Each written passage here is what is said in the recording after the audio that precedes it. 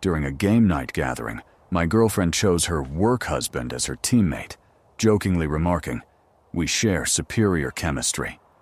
The entire group erupted in laughter aimed at me, not alongside me. Yet I maintained a smile, aware of a secret she was oblivious to. The following morning, I dispatched a meticulously crafted email to her company's human resources division, including screenshots from their recent business trip.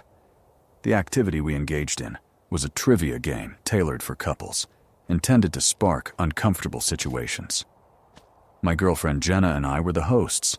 Approximately 8 guests attended, consisting of our shared friends. Naturally, she had extended an invitation to Mark. He embodied her work husband, a label that perpetually irritated me. He exuded smugness, possessed an overly generic attractiveness, and consistently regarded me as a fleeting annoyance. I expressed to Jenna my disapproval of him, asserting that the work husband concept was disrespectful. She dismissed it with laughter, accusing me of insecurity and insisting their bond was strictly professional. She described their rapport as an office jest that aided in maneuvering through their firm's corporate intrigues.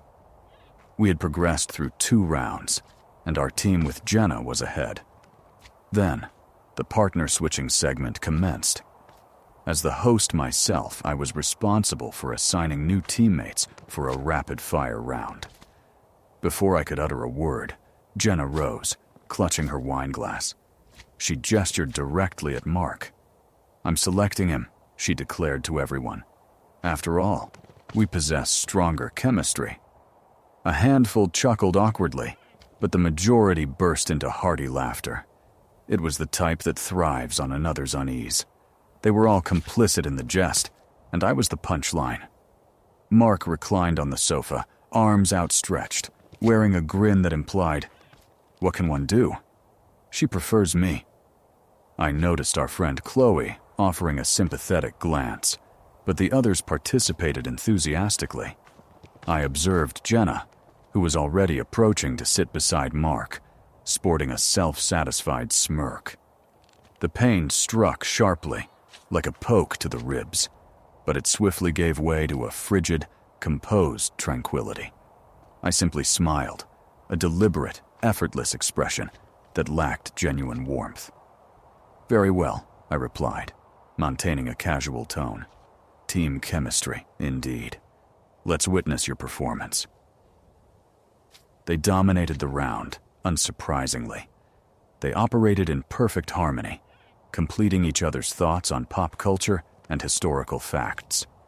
Each accurate response culminated in a prolonged high five or an intimate shared look.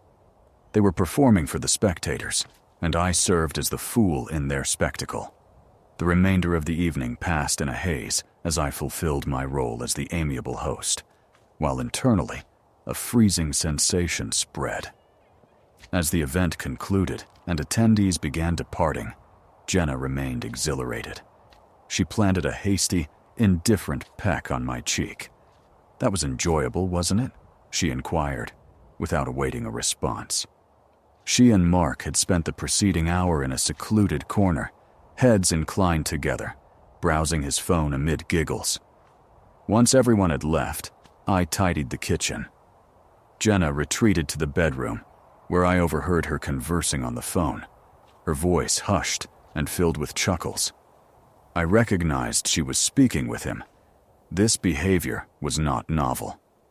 Over the past 6 months, her existence had increasingly intertwined with Mark's. It commenced with extended office evenings, evolving into weekend discussions to strategize for the week ahead.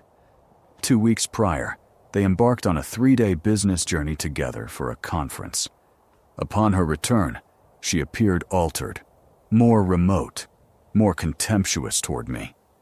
She incessantly recounted the in-jokes from the trip, their impressive presentation, and the amusement at the hotel bar. A persistent suspicion lingered that it transcended mere professional camaraderie. However, I lacked concrete evidence, merely an intuitive hunch and her escalating insolence. That game night was no accidental blunder or verbal slip. It constituted a deliberate proclamation. She was demonstrating, to me and our acquaintances, my diminished status. As I wiped the final countertop, I resolved to act upon it at last. After completing the cleanup, I entered our home office. Perched on the bookshelf lay her outdated tablet. She had neglected it for months, since acquiring a new work-issued one. I had connected it to power a few days earlier, contemplating its use for streaming music. I retrieved it, remained logged into all her accounts, personal email, social media platforms. Previously, I had never breached her privacy, not once throughout our 3-year relationship. But that overt jest, that derisive dismissal of our partnership, had nullified any sense of duty to uphold that respect. I rationalized that I sought mere validation of my existing suspicions. I accessed her private Instagram, reserved for a select group of friends, distinct from her more curated public profile. There, undeniable evidence emerged, far graver than anticipated. It extended beyond a mere infidelity. It formed an archive of their excursion. Images depicted them clasping hands during dinner. A photo of 2 champagne flutes toasting against the urban skyline. Captioned, "Toasting a fruitful union." Another featured a selfie of them in luxurious hotel robes at an upscale spa. Captioned, "Maximizing this business trip. Conference benefits galore." My blood chilled. The spa, the champagne, the extravagant meal. I was certain their employer enforced stringent travel expenditure guidelines. Staff received a daily allowance and an approved vendor roster. That spa was unequivocally absent from the list. Scrolling onward, I discovered a receipt from the dinner, a high-end steak establishment exceeding $400. Beneath it, her remark to a friend stated, "No concerns. We classified it as a client rendezvous. Mark excels at manipulating expense forms." Thus, it involved not only betrayal, but also deceit. They pilfered from their organization and boasted about it online to acquaintances. I retrieved my phone and systematically photographed every damning post, the visuals, the descriptions, the interactions, the receipts. I captured screenshots of everything. Subsequently, I returned the tablet precisely to its original position on the shelf. I retired to the spare bedroom and rested on the couch. No fury consumed me. Instead, an unusual clarity prevailed. She had provided the weapon, the ammunition, and a signed admission. The subsequent morning, I awoke before her. I brewed coffee, settled at my desk, and drafted an email. The addressee was the chief of human resources at her firm, a name I recalled from a company bulletin Jenna had abandoned on the counter. I was aware their corporation, a prominent entity in the tech sector, had recently garnered attention for an executive embezzlement controversy. They were immersed in an extensive public relations effort, emphasizing their stringent zero-tolerance stance on ethical lapses. They would undoubtedly treat any substantiated allegation of misconduct with utmost seriousness and respond promptly to avert additional negative publicity. The subject was straightforward, concerning the code of conduct and expenditure regulations. The message was courteous, formal, and utterly damning. I identified myself as Jenna's enduring partner.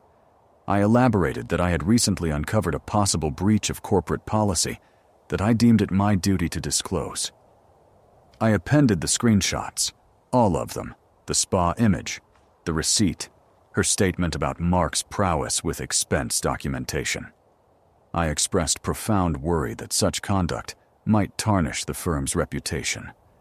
I concluded by offering availability for further details if required. I transmitted it at 8:15 a.m. Jenna emerged from the bedroom around 9, appearing content. She continued basking in the afterglow of the prior evening. "Good morning," she greeted, seizing a coffee mug. "I'm still amused by last night. You handled it graciously." I offered no reply.